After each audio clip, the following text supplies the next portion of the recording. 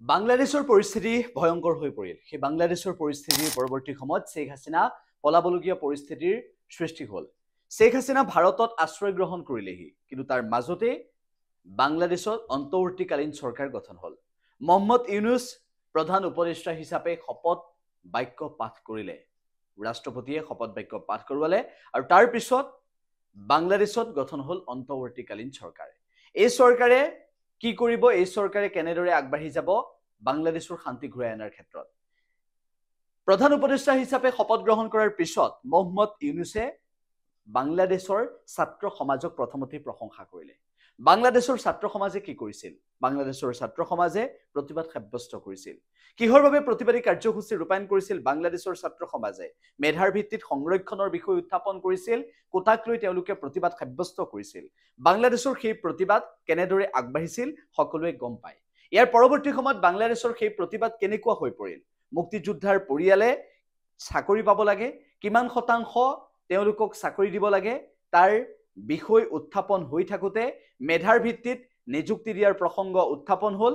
মাত্ৰ 5% মুক্তিযোদ্ধাৰ পৰিয়াললৈ দিলে আৰু তাৰ পৰৱৰ্তী সময়ত বিশেষভাৱে সক্ষম তৃতীয় লিংগৰ এনেবোৰ বিষয় উত্থাপন কৰি কেনেদৰে বাংলাদেশত শেহতীয়াভাৱে প্ৰতিবাদ নিৰসনৰ বাবে উচ্চতম ন্যায়ালয়ে চেষ্টা চলালে আৰু উচ্চতম ন্যায়ালয়ে সেই সিদ্ধান্ত বা উচ্চতম ন্যায়ালয়ে সেই নিৰ্দেশ প্ৰদান কৰিলে। বাংলাদেশৰ উচ্চতম ন্যায়ালয়ে সেই নিৰ্দেশ প্ৰদান কৰাৰ পিছত বাংলাদেশৰ ছাত্ৰ সমাজ গৈ আছিল, কিন্তু তাৰ পাছত শেখ হাছিনা চৰকাৰৰ এনেকুৱা কিছুমান স্থিতিত ক্ষুণ্ণ হৈ পৰিল সকলো।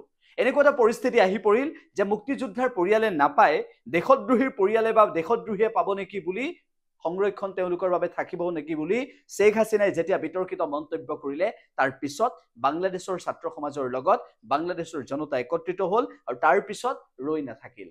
পৰৱৰ্তী সময়ত কি হ'ল সকলোৱে দেখিবলৈ পালে, কেনেদৰে বাংলাদেশত হ'ল প্ৰতিবাদ, কেনেদৰে বাংলাদেশৰ জনতা একত্ৰিত হৈ প্ৰধানমন্ত্ৰীৰ বাসভৱন পৰ্যন্ত তেওঁলোকে হস্তগত কৰি ল'লে। নতুন চৰকাৰে এতিয়া শপত গ্ৰহণ কৰিলে মহম্মদ ইউনুছ প্ৰধান উপদেষ্টা। মহম্মদ ইউনুছ কোন, এই বিষয়টো সন্মুখলৈ আহিছে। মহম্মদ ইউনুছ হৈছে 2006 চনত শান্তিৰ নোবেল বঁটা লাভ কৰিছিল। 2006 চনত শান্তিৰ নোবেল বঁটা লাভ কৰা এইগৰাকী মহম্মদ ইউনুছে বাংলাদেশত গ্ৰামীণ বেংকৰ জৰিয়তে কেনেদৰে খাটি খোৱা শ্ৰমজীৱী ৰাইজৰ বাবে কাম কৰিব পাৰে, তেওঁলোকক ঋণ প্ৰদান কৰি কেনেদৰে স্বাৱলম্বী হ'ব পাৰে গ্ৰামীণ বেংকৰ জৰিয়তে, সেই সন্দৰ্ভত এক ক্ষুদ্ৰ অৰ্থনীতিৰ জৰিয়তে দেশখনৰ খাটি খোৱা শ্ৰমজীৱী ৰাইজক, দেশখনৰ সাধাৰণ জনতাক উপকৃত কৰিছিল সেইগৰাকী মহম্মদ ইউনুছে, আৰু যাৰ সুবাদতে লাভ কৰিবলৈ সক্ষম হৈছিল শান্তিৰ নোবেল বঁটা। সেইগৰাকী মহম্মদ ইউনুছ এতিয়া বাংলাদেশৰ অন্তৱৰ্তীকালীন চৰকাৰৰ প্ৰধান উপদেষ্টা। গতিকে অন্তৱৰ্তীকালীন চৰকাৰৰ প্ৰধান উপদেষ্টা হিচাপে মহম্মদ ইউনুছে দায়িত্ব লোৱাৰ পৰৱৰ্তী সময়ত বাংলাদেশৰ শান্তি ঘূৰি আহিব বুলি সকলোৱে আশা প্ৰকাশ কৰিছে। শান্তিৰ নোবেল বঁটা লাভ কৰা মহম্মদ ইউনুছে লাভ কৰিবলৈ সক্ষম হৈছিল বহু বঁটা। ছিডনীৰ পৰা সন্মানিত হৈছিল, ভাৰতৰ পৰা সন্মানিত হৈছিল। কেৱল সিমানেই নহয়, মহম্মদ ইউনুছে লাভ কৰিছিল ভাৰতবৰ্ষৰ লগতে বিশ্বৰ বিভিন্ন ৰাষ্ট্ৰৰ বিভিন্ন সন্মান। সেইগৰাকী মহম্মদ ইউনুছ শেহতীয়াভাৱে প্ৰধান উপদেষ্টাৰ পদত অধিষ্ঠিত হৈছে বাংলাদেশৰ এই অন্তৱৰ্তীকালীন চৰকাৰৰ।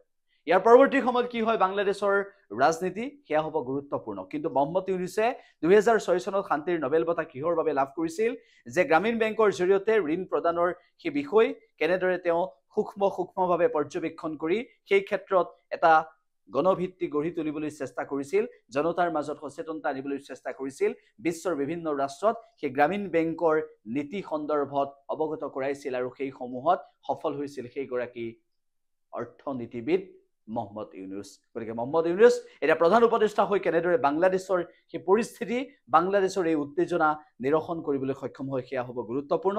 কিন্তু তাৰ মাজতেই শেখ হাছিনাৰ পলায়ন আৰু শেহতীয়াভাৱে বাংলাদেশত দেখুওৱা যি বিদ্ৰোহ, বাংলাদেশৰ জনতাৰ যি ক্ষোভৰ বহিঃপ্ৰকাশ, দেশদ্ৰোহে পাব নেকি, শেখ হাছিনাই এনেদৰে কৰা মন্তব্যৰ প্ৰত্যুত্তৰ যেনেদৰে বাংলাদেশৰ জনতাই দিলে, তাৰ পাছত বাংলাদেশৰ জনতাৰ এটা কথা প্ৰতীয়মান হৈ পৰিল যে এই অন্তৱৰ্তীকালীন চৰকাৰখনে সেই পৰিস্থিতিটো কেনেদৰে খাম কটাব পাৰিব, পৰিস্থিতি খাম কটাব পাৰিব নে নোৱাৰে সেয়াও এটা ডাঙৰ বিষয়। কিন্তু তাৰ মাজতে আমি উল্লেখ কৰিব বিচাৰিছোঁ যে ভাৰত বাংলাদেশ সীমান্তত শেহতীয়াভাৱে কটকটীয়া নিৰাপত্তা বেষ্টনীও গঢ়ি তোলা হৈছে।